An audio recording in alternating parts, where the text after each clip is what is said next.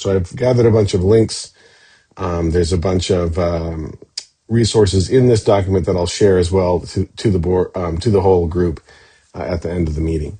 I'll also post a recording of it, assuming the recording is working, which I think it is, once we're done with the meeting tonight. So obviously on the title side, you can see here, Little League was established in 1939. It's been around for a long time. It's not the oldest baseball league out there. I know American Legion Baseball has been out since the 1925. But it's probably one of the most successful, and it was the first one that was really designed to serve youth baseball players, preteen and below especially. And so there's a long history behind it, and the administration of Little League has grown to be, in my opinion, a very successful and it's a great group of people, and they really work hard to try and produce a great product. As a league parent and a league president or even a district board of directors member, you don't ever get to meet the Little League staff. But at the district level, we go to district meetings where we meet and interact with the executive staff at Little League. And while it's probably impossible to be perfect at running an organization like this, I think they do a really great job, and they really have the goals that are at least what I think, trying to move Little League in a positive direction at all times.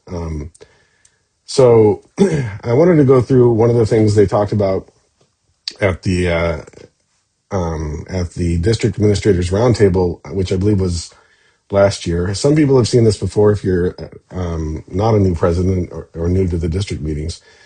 But Little League used to have a motto that was something like, teamwork, manliness, and fun or something. I mean, it was something you would make up in the 40s. And they wanted to refresh that and think about what are we really good at as an organization? What can we be better at? And what do we provide that no one else provides? And so they came up with these five themes for Little League. And I think they are very good ones. And they are really things that as a president of a league, we need to keep in mind. It's really easy to get caught up in the fact that, we're doing all this and there's this all-star season and, the World Series on TV. But when it comes down to it, the reason Little League has grown so successfully and been so successful is because it's first and foremost about community. Every one of us is representing a small region, whether it's a single town or a couple towns, probably no more than 30,000 people in the area you're representing. These are things where the people who are involved, the kids who are involved, know each other, grow up together, live together, and play together. And that's really what Little League does best. And that's the thing that's most important to keep in mind. The goal of getting to the World Series and all that only serves a small fraction of your league. Probably less than 10% of the players will play in the All-Stars over the course of their careers. It's the rest of that community that you have to keep in mind when running your league and building your league and trying to ensure that you are serving your community as best as is possible. And that's really the goal, I think, is first and foremost. And Little League stressed that certainly the most in their presentation about what Little League means and what it should mean going forward. There's always going to be baseball and softball opportunities for the players in travel leagues, in school, in other organizations out there that can provide, whatever level of competitiveness the people are looking for. But none of those provide that community. And that's where Little League plans to entrench itself over the next few decades, and also where we probably have the most value, doing this at the ground floor in the communities we live in. The second most important thing is fun. My kids love to play baseball. I have two boys, they love it. And that's the most important thing. They come out of the games having fun and keeping that balance of, learning and competitiveness and drive to make sure that it still comes back to that every time out there, they had a fun time and want to come back. And that's the goal. Again, as a league and as a president, we need to keep in mind at all times. If people aren't having fun, A, they're not going to come back, and B, what are we doing then? The other 3 points, and Little League didn't stress them as much either. I'm not going to stress them too much, but I think they're important. Teamwork, all sports are going to teach teamwork, and that's an important thing. But that and being a great coach is where you can learn to teach that teamwork and learning how to be a great coach is there. And the district's going to do some things, and Great New Gloucester Little League's doing some things this year that we're going to open up to people from other leagues to try and increase the ability of coaches to learn how to be great leaders and foster that teamwork um, and learning on the field. The other is integrity. This is really important as a league and as a officer. Having integrity, having rules and procedures that are important to follow and make things clear and fair. That's a major caveat of Little League that is not happening in other organizations. I've heard the quote a couple times. The best thing about Little League are the rules of Little League. The worst thing about Little League are the rules of Little League, because Little League is probably the organization that has the most rules, the most definitions of what you can and cannot do. And in many ways, that makes Little League fair and balanced and great. In other ways, it adds a lot of bureaucracy. It makes it hard to do. But it is a defining difference. I've played it. Also, my sons have played in some Cal Ripken leagues, and it's a free for all. You'll have a team there that's got guys from all over the state, and they're winning 30-0 every game out. And you've got a team of all 6-year-olds playing majors because that's what the guy decided to do. There's not a lot of there's less integrity to it, less structure, and that makes it harder and less appealing when it comes down to it. And finally, inclusion.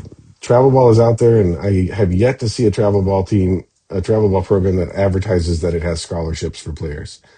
Little League is about letting everyone play. We're about making fans of the game.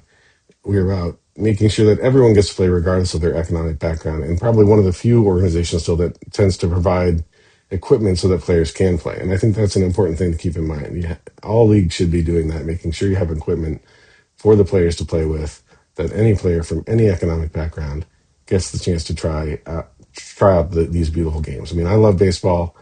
I'm not a softball parent, unfortunately, so I don't have quite the same love. But I know that the softball parents love softball and the softball players love softball. And that's what we want to see, is people coming out of Little League as fans of the game, first and foremost. If they go on to play college ball or pro ball or whatever, that's fantastic. But the thing that they should come out of it for sure is that someday they're going to watch softball, watch baseball on TV, and be a fan of that game and teach it to their kids. And I think that comes from inclusion. It comes from giving everyone the chance to play every position, and everyone to be on the field. So another quote from Little League that is highlighted on their website. It's, as the world's preeminent and most respected youth sports organization, we will inspire and shape future generations. And I do think that is our goal.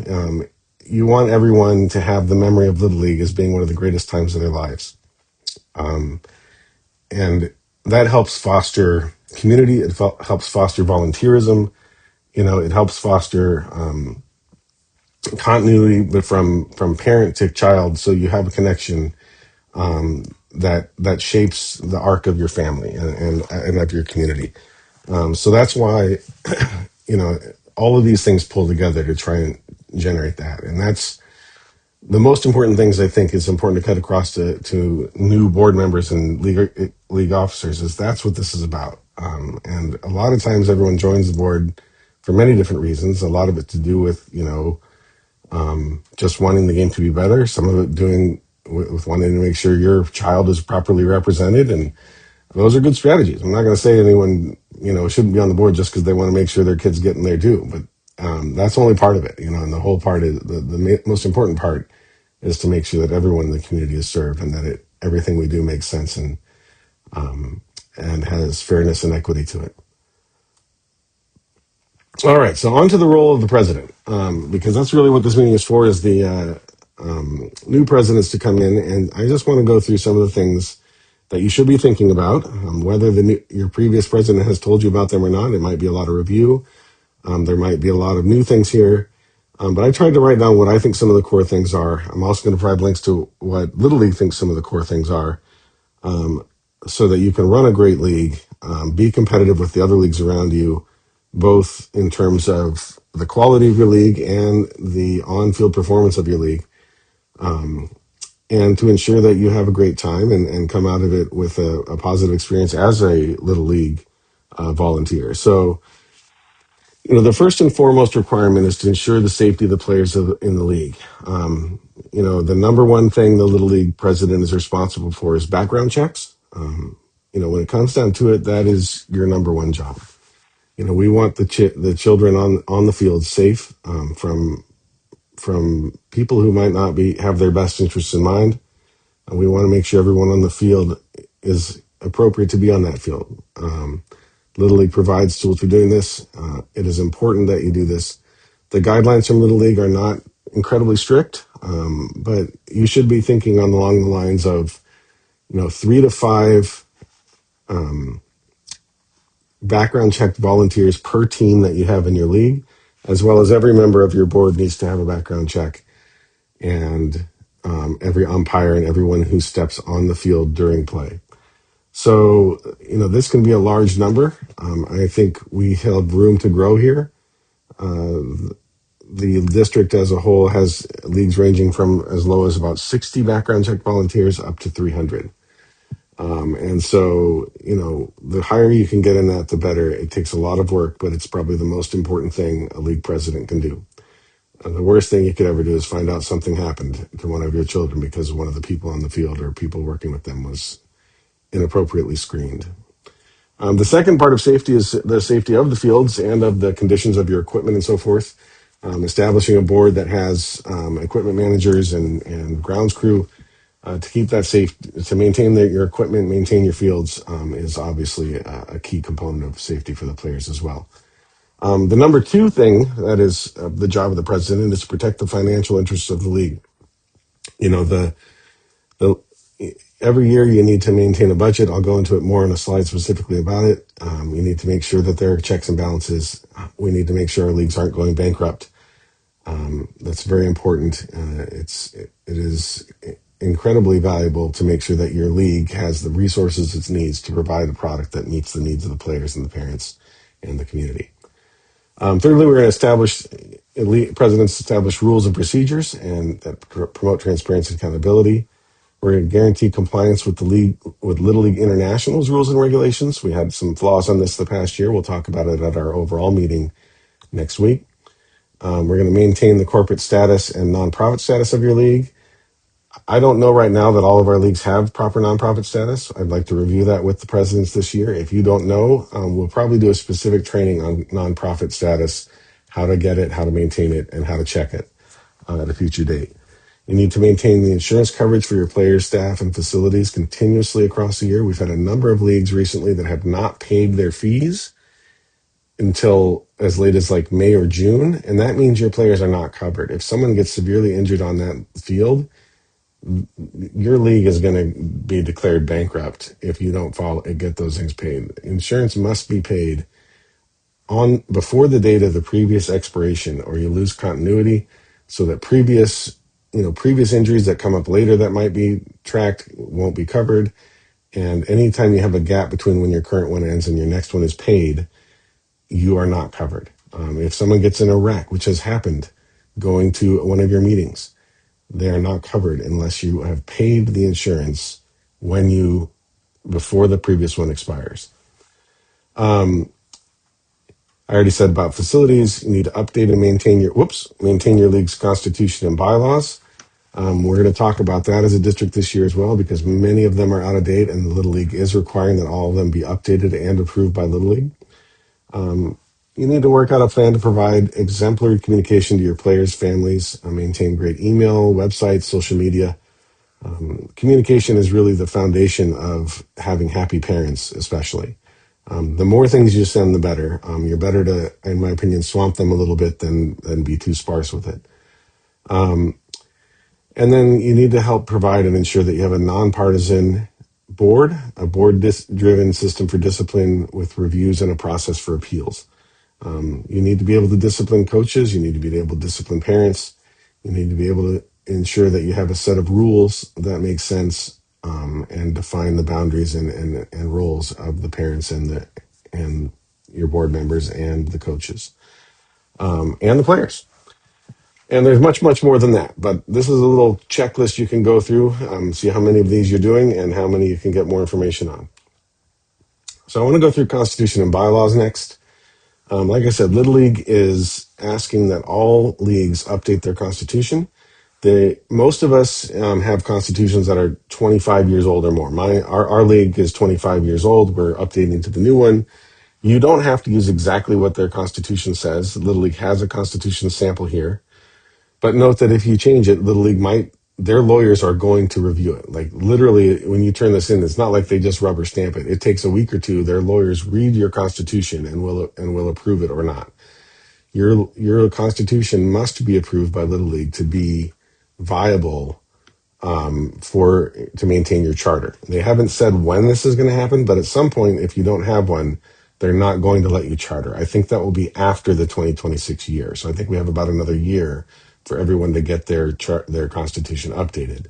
But you need to be using some version of the new constitution, which was published in early January of 2025. It's important you have a website and you put this document online for all of your players, parents, and constituents to review.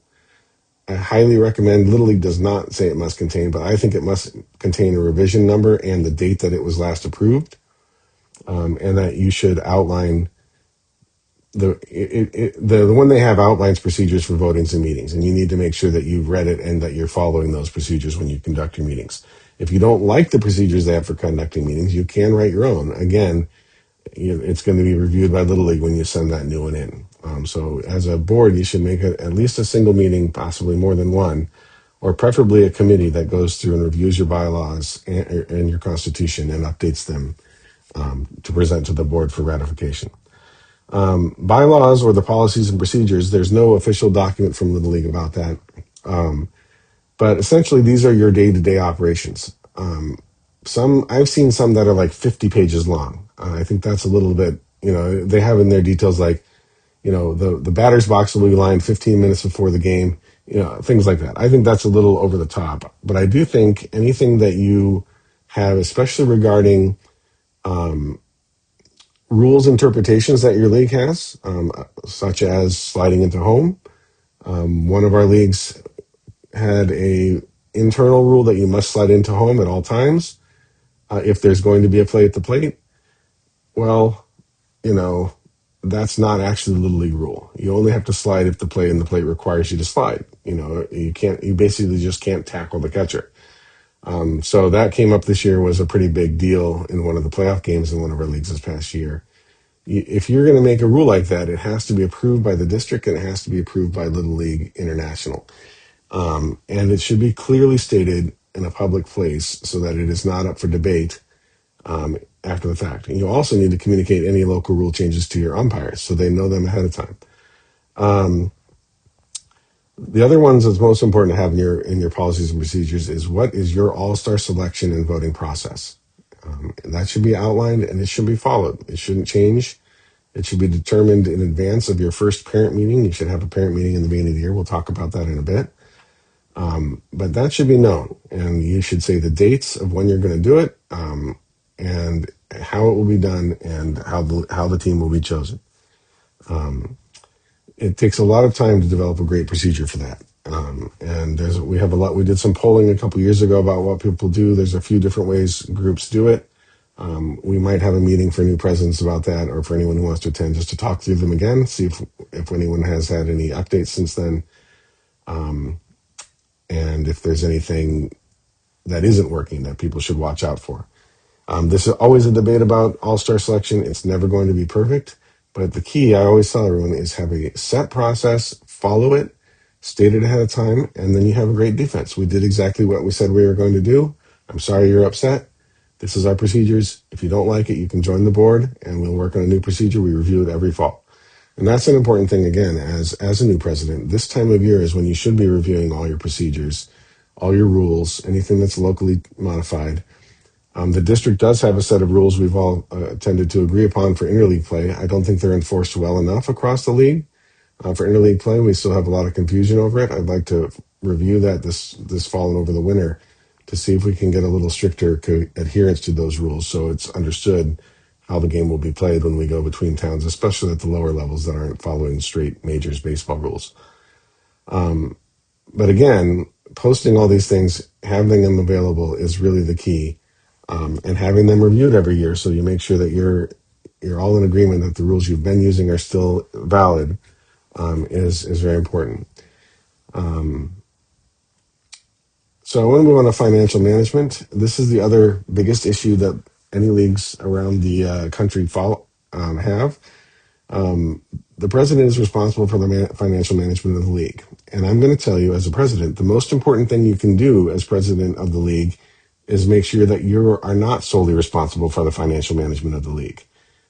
You want eyeballs, okay? And that is the real key. And I'll talk about that a little more. I'm going to go through what I have written here as the requirements, and then I'm going to talk a little bit about a couple of notes I have.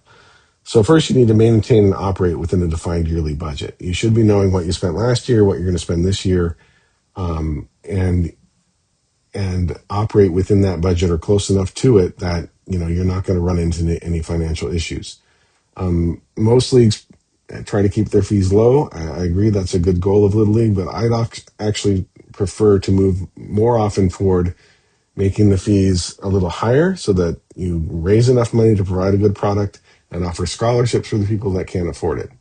One of the things you can do is the people who can afford more can pay, have a higher fee and have a scholarship that allows people to ask for a discount of anything from 0 to 100% off their fees. And that'll allow you to have a little higher top fee, which most people will pay.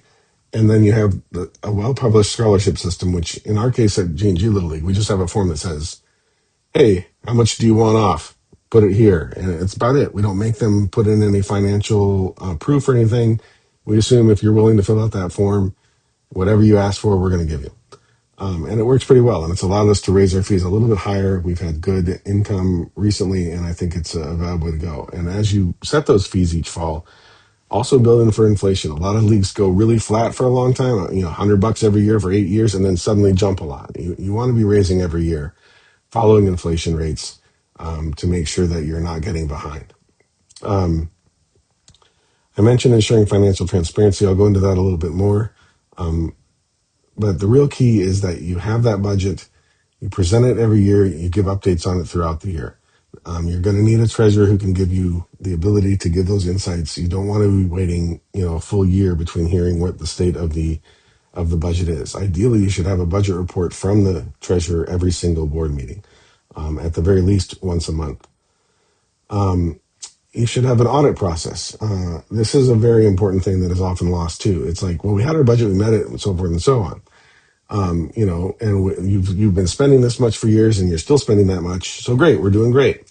Well, when I joined our board, we spent a certain amount, and we were spending a certain amount, and then one day I was thinking, like, why are we spending so much? It's not adding up. And so we looked through, and we had 2 or 3 gigantically expensive subscriptions that were just drawing down our money over the years because no one had looked at it. We had I think it was a $300 a month MailChimp account that no one had used in like 7 years that was draining us $2,100 a year in fees for not even sending a single email.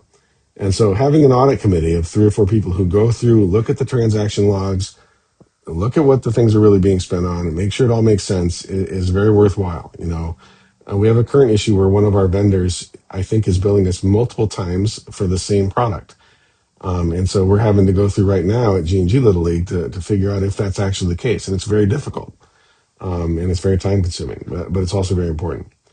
The next one I mentioned here is set up some visibility to multiple board members. One of the things that happens a lot, and to be honest, or not to be honest, to show from experience, if you look around at financial scandals in little leagues, there are 2 people who are the most often the financial scandal. Number 1 is the treasurer. The treasurer is most likely to be the person who steals money from you. I'm sorry about that. I hate to say that, but if you're the treasurer, you're most likely to steal the money. The second most likely to steal the money is the president. So the reason is because these people have access. They have the easiest access to the money. People get in hard times. They make a mistake like, oh, I'll borrow $500 from the league, and then I'll pay it back as soon as I get back on it. No one will notice because I'm the treasurer. I'll just put it in. I'll take it out. And then it's suddenly you've borrowed $500 9 months in a row, and it's now $4,500, and it's a felony. Those are the kind of things that cause problems. And those 2 people are usually the ones. If you look at the financial scandals out there, it's a president or it's a treasurer. The way we try to fight that at G&G Little League is we use QuickBooks, we have 3 logins for it, so 3 people can go into QuickBooks and see what's going on there at any time and make sure that we have multiple eyes on it. I'm actually going to switch us not well. We're still going to use QuickBooks because we do invoicing and things through it. But we're also going to switch to Monarch Money, which is a financial management app that just tracks all your stuff. It doesn't allow you to do any invoicing or cutting checks or anything like that, but it can bring in all your bank accounts. It can show all your transactions, and you can get it on 9 different people's phones, and they can look up and look at any time at what transactions are going through the Little League account. And we're going to do that because we want to be as financially transparent as we can possibly be. And plus, I don't want to get like a transaction like we had this year where we think we're being billed like as many as 7 times for the same thing. And so if we can catch that earlier, it would be great. And so Monarch Money is like $5 a month or something. It has ability for 2 accounts built in, but we're just going to share 1 account across all of it. So because you can't make any actual transaction through it, you can only view it. So we'll just set up people's phones and let them see it. I think that is really the key to being financially transparent, is having actual transparency that shows what's going on. People can question it, bring it to the next meeting. They can question it in real time. And that's a great thing we have in today's world, is these devices in our pocket that can connect us any way we want to all of our finances instantly. The next thing we'll talk about is the Form 990N. Every one of us should be a nonprofit. If your league is not a nonprofit, we need to work on that. All little leagues are subsidiary nonprofits to Little League International. It's relatively trivial to get the nonprofit status. You can use it to get account. Like our league has an account at Home Depot that's tax free. You can get tax free accounts all over the place. It saves you some money. It allows you to legitimately take donations, and people who give large donations can get a write off.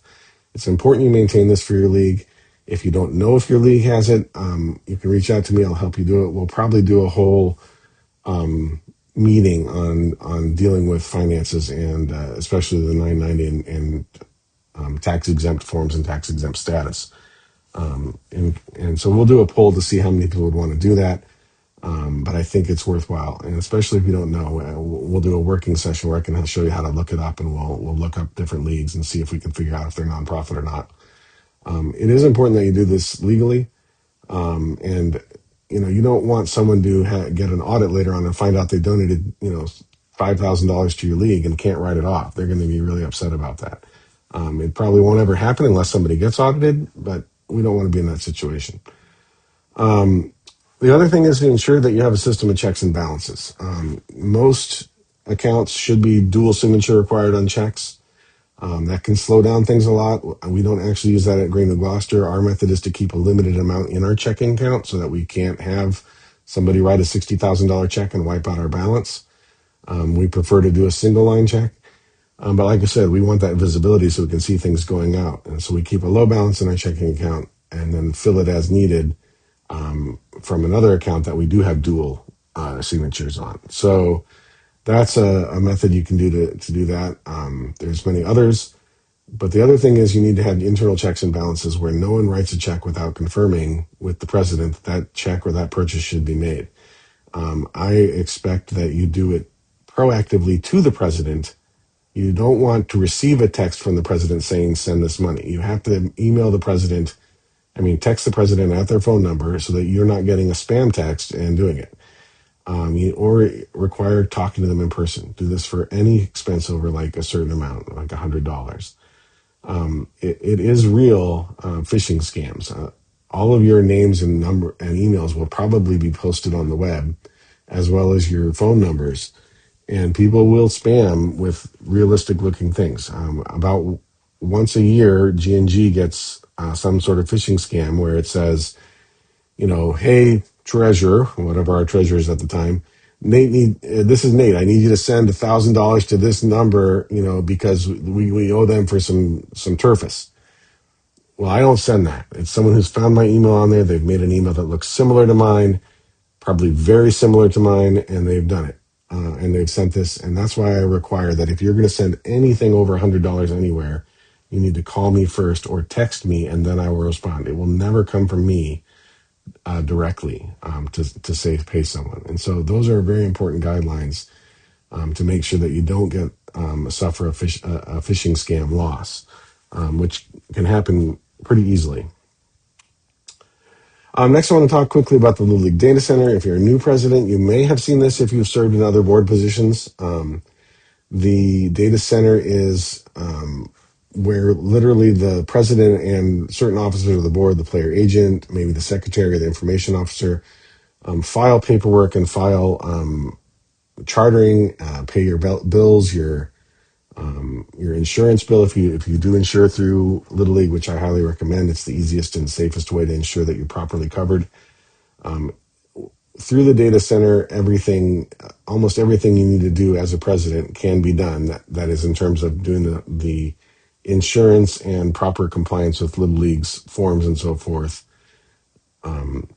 very easily. It's a great system. It's very well done. It's quite impressive. It's also where you'll do your tournament affidavits when you're creating your all-star tournament teams. I'm not going to give a tour of it right now. We may come back if we have a little time at the end, but I just wanted to show it to you. There's a link on here. Like I said, I'll share this. If you can't get into it, let me know. I can get in as your league and make you the president if you're not in there already. And I can also, we might do a training. I'll do a little poll at the end of what people want to go through most and where you want to spend the time in like our next meeting. I'd be happy to do a little 10-minute training. It only takes probably 10 minutes to go through most of data center. But I don't really have time for it in this first one. And so we'll do that depending on how many people are new to the data center environment and how much it's worth to go through it. I also wanted to show that Little League does have some very in-depth courses on being a league administrator. It's for league presidents and board and league staff. The first one is called their naming is terrible. It's called the Prepare Resource Guide Companion Course. It should just be called Little League Administrator Preseason Training. So this is the first one is about what you do as a league president during the fall and into up to your tryout, essentially. It covers your annual meetings, elections, fiscal year-end audits, registration, volunteer recruitment, chartering, insurance, sponsorship, volunteer background and safety checks, tryouts, draft, and coach training. It's very well done. It's free. You can sign up. The link is here on this page. You can sign up and go to it. It's pretty in depth. It takes a while to get through. And like all online training courses, which I'm sure all of us have taken, it's slower than you'd like it to be, and a little cheesy, but it is very thorough and it's very well done. So that's the preseason course. They also have another course they call the Play Resource Guide Companion Course. They really need to work on their naming. This is the in-season training course. It's how to run your actual season, basically kicking it off with your parent meeting, doing communications. Oops, I did not update the covers here. I'll update this before I send it out. But you can see it's got opening ceremonies, regular season play, postseason and playoffs, and the international tournament. Additional playing opportunities. If you're new, you've probably been in your league a lot. Our district offers summer ball and fall ball now. We're trying to grow those programs. We really want to provide as much baseball and softball as the players and families would like. We're investigating travel ball, in-season travel ball. There's a league that some other groups have formed. I'd like to reach out to them. I haven't had a chance yet because I've had a kind of rough fall. To see if we can make that travel league compliant with Little League so that we can have leagues offer that to their players and families officially. We can't offer outside programs, but we can offer ones that are Little League compliant and part of Little League. And so I think we could possibly find some common ground there to make that happen. And I know they're definitely interested in that. But this is another great guide. It's not as long as the preseason one, but it's very well done. So for future meetings, there's a few things I wanted to talk about. Local versus district versus Little League rules. It's important to know the differences. It is hard to know all the rules. But the real thing is, if you've got any local rules, and the same thing with our district rules, they have to be approved by Little League International. For the most part, most of them are going to translate right through. And the most important thing is about publishing them and making your parents aware of them. I don't know how many leagues have a parent meeting. If you don't, you should add one. And these rules should be presented during that meeting. Our league, and I think a couple others, do their parent meeting during the assessments, during your tryouts.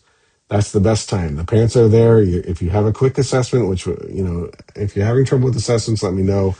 Our league has assessments down to about an hour per level. We get them all done in one night. We do an hour-long talk to the parents during that time. Keeps the parents out of the kids' hair. The kids aren't as nervous. And we get to communicate to the parents some of the important things our league is doing. And so that's when you need to present those rules to your league.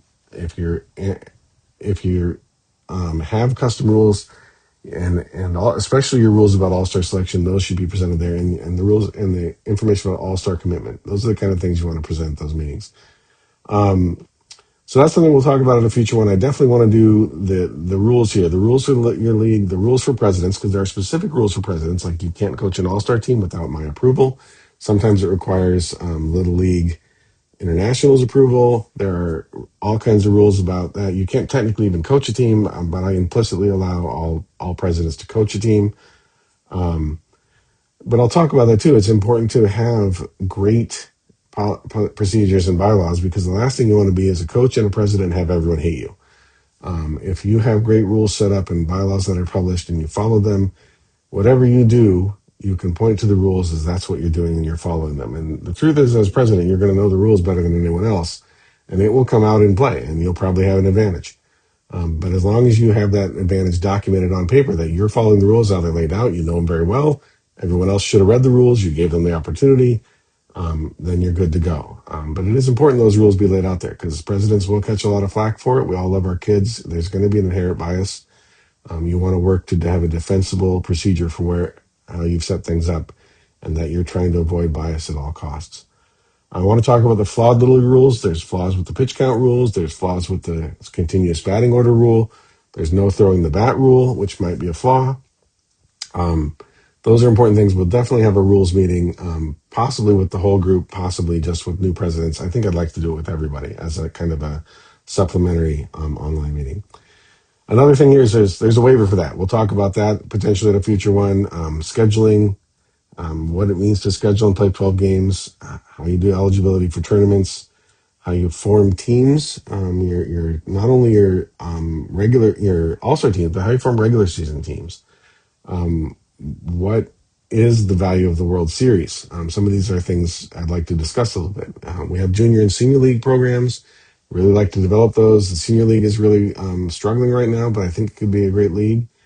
I'd like to talk about Positive Coaching Alliance. We might need to go through Sports Connect. And I highly encourage all leagues to join Google Workspace. If you haven't already, it's free. It can give you, president@gnglittleleague.org is my email. When I am no longer president, it will go to that person. It keeps it out of the personal emails of people. It makes it transferable. You don't have to update all your contacts all the time. It makes it harder to fake your email, because the domain name is easier to spot than it being president something at GNG or at Gmail. If yours is president CNY or whatever at gmail.com, it's easy for someone to make president CNJ at gmail.com and try and trick somebody. It's harder to fake the domain name itself. So things like that. So we might do a Google Workspace session. Please email me if you have any ideas for these. And finally, at the back here, I listed a whole bunch of links that are from Little League. Tips for being a president, approving volunteers. You don't want to approve volunteers with a criminal record. You have to have policies for how to deal with these things. A link for Monarch Financial, that little app we're going to use, player selection, different training things, and of course the main D6 Little League website, which we're continuing to develop. It's only been out for about a year and a half now, but it's been pretty successful for our tournaments. I'd like to get a lot more resources up there. I'm going to try and put this up there shortly. I'll change company name to main D6 Little League there. So that's my presentation. I know there wasn't any back and forth in it, but hopefully it gave you a lot of information. I'd love to open it up to questions, to thoughts, anything anyone has. So if you have an idea or a question, just go ahead and unmute or raise your hand and let me know what you think. And thank you so much for your time.